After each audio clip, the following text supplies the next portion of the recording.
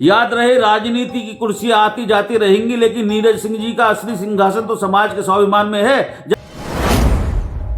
जब तक ये केसरी खड़ा है, मजाल है किसी की कोई समाज के सम्मान की ओर आंख उठाकर भी देख ले।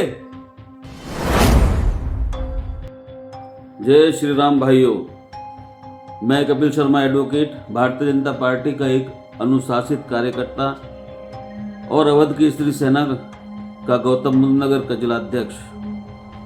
आज मैं आपके बीच किसी राजनीतिक दल के प्रतिनिधि के रूप में नहीं, बल्कि उस विचारधारा के पहरेदार के रूप में उपस्थित हुआ हूँ जिसे हम सनातन और सामाजिक स्वाभिमान कहते हैं। भाइयों, विश्व की सबसे बड़ी पार्टी का हिस्सा होना बहुत बड़े गौरव की बात है, लेकिन आज हृदय अत्यंत व्यथित है।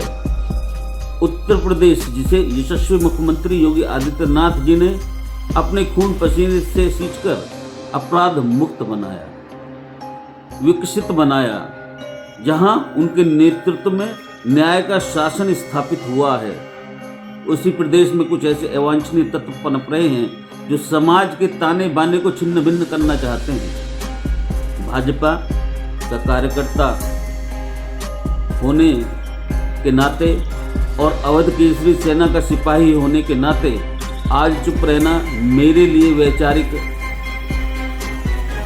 कायरता होगी। आज की सबसे बड़ी पीड़ा गोंडा की धरती से आ रही है।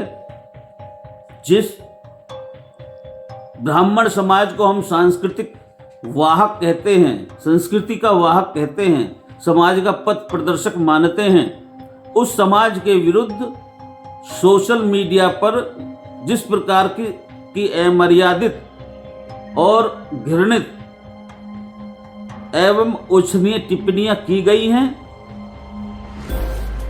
वह किसी भी सभ्य समाज के लिए एक कलंक है। मैं पूछना चाहता हूं कि ये कौन लोग हैं जिनके मन में इतनी नफरत भरी है, और उससे भी बड़ा समाज प्रशासनिक शिथिलता क्यों है। लेकिन धन्य है वह नेतृत्व जहां अवध केसरी सेना के अध्यक्ष, राष्ट्रीय अध्यक्ष आदरणीय नीरज सिंह जी जैसा योद्धा स्वयं सड़कों पर उतरे हैं। आज गोंडा थाने में नीरज सिंह जी द्वारा जो एफआईआर दर्ज कराई गई है, वह केवल किसी एक कागज का टुकड़ा या कागजी कार्रवाई नहीं है, बल्कि उन धर्मद्रोहियों और उन समाज द्रोहियों के गाल पर एक करारा तमाचा है। नीरज सिंह जी ने सिद्ध कर दिया है कि जब तक अवध केसरी का एक भी सिपाही जीवित है,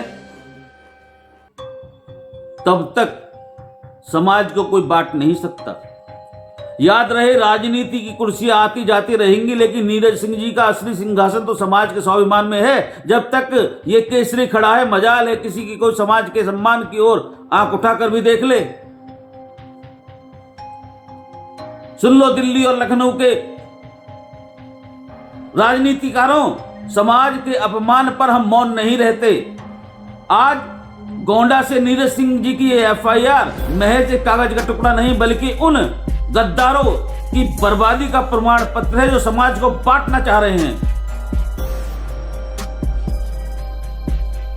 हम समाज के सम्मान के लिए हर समय खड़े हैं। यदि समाज के सम्मान पर कोई आघात करेगा या उस पर कोई विश्वासघात करेगा, तो हम किसी के सामने झुकने वाले नहीं हैं, क्योंकि समाज में सभी वर्गों के लोग हमारे अपने हैं। किसी भी वर्ग के, किसी भी व्यक्ति के, चाहे कोई किसी भी जाति का हो, किसी भी व्यक्ति का हो, किसी भी धर्म का क्यों ना हो, हम उसके प्रति समभाव सद्भाव रखते हैं। परंतु जो अब देखने में पिछले कुछ दिनों से आ रहा है, उससे मन व्यथित है। पहली बार मैंने भारतीय जनता पार्टी के अंदर इतनी विवशता देखी है और इतना ध्रुविक इस तरीके की परेशानियां जो हम मिल रही हैं देखने को, ऐसे ऐसे दृश्य में जो देख रहा हूं, मन को आहत कर देने वाले हैं।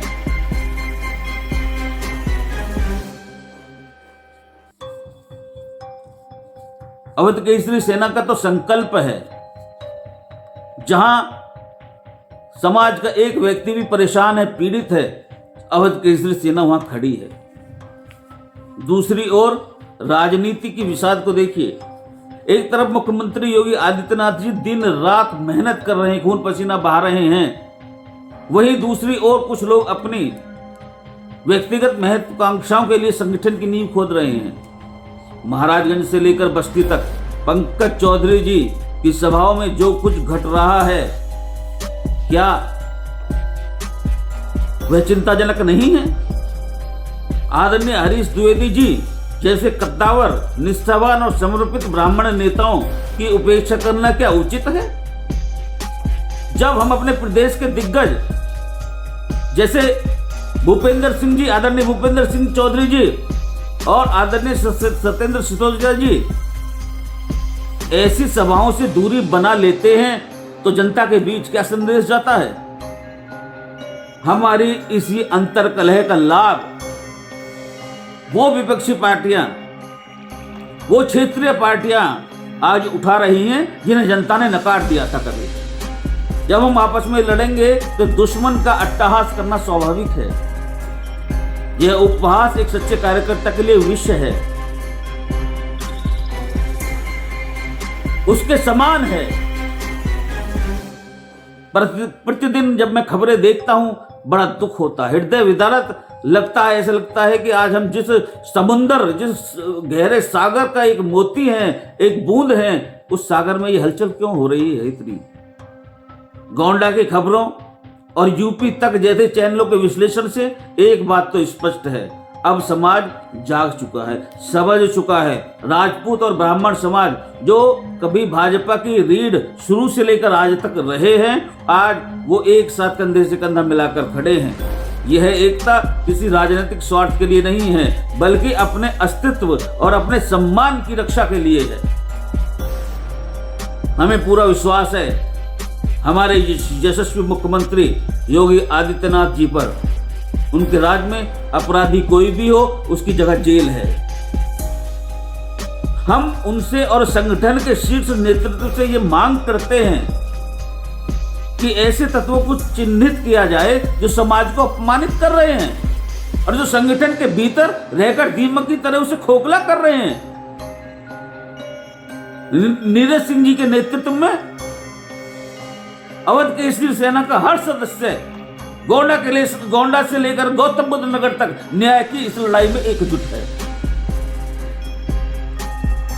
अंत में बस यही कहना चाहूंगा, संगठन बड़ा होता है, व्यक्ति नहीं। और समाज बड़ा होता है राजनीति से। अगर आज हम मौन रहे तो इतिहास हमें कभी माफ नहीं करेगा। आज बहुत बड़े संकट का समय है उत्तर प्रदेश की राजनीति में। हमें अपनी एकता बनाए रखनी है, अपने नेतृत्व का सम्मान करना है। दूसरों के ऊपर या दूसरों का उपहास पात्र हमें नहीं बनना और उन भीतर घातियों को बेनकाब करना है जो भाजपा और समाज के बीच खाई पैदा कर रहे हैं। नीरज सिंह जी, आप संघर्ष करिए, हम आपके हर समय साथ हैं। और पूज्य योगी आदित्यनाथ जी, आपके साथ तो हमारा सब कुछ है। आप हैं तो हम हैं।